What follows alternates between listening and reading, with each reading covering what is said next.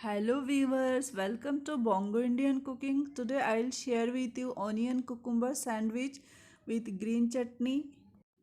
For making this recipe, I took 7 to 8 garlic cloves and 3 to 4 green chili, ripe green chili and 1 small bowl mint leaves and 2 small bowl coriander leaves.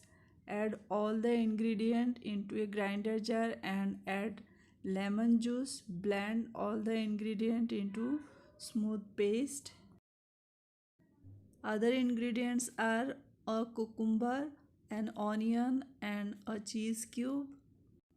Peel off the skin of cucumber and chop the cucumber into small pieces. Grate the cheese cube. Now finely chop the onion.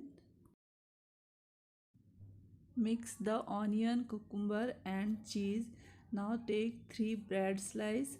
Spread tomato ketchup on 3 bread slices and again take another 3 bread slices. Spread the green chutney on the 3 bread slices. Put some onion, cucumber and cheese mixture over the bread slice. Put the slices together, lightly press and cut into triangle shape. Our yummy cheese sandwich is ready. Thanks for watching.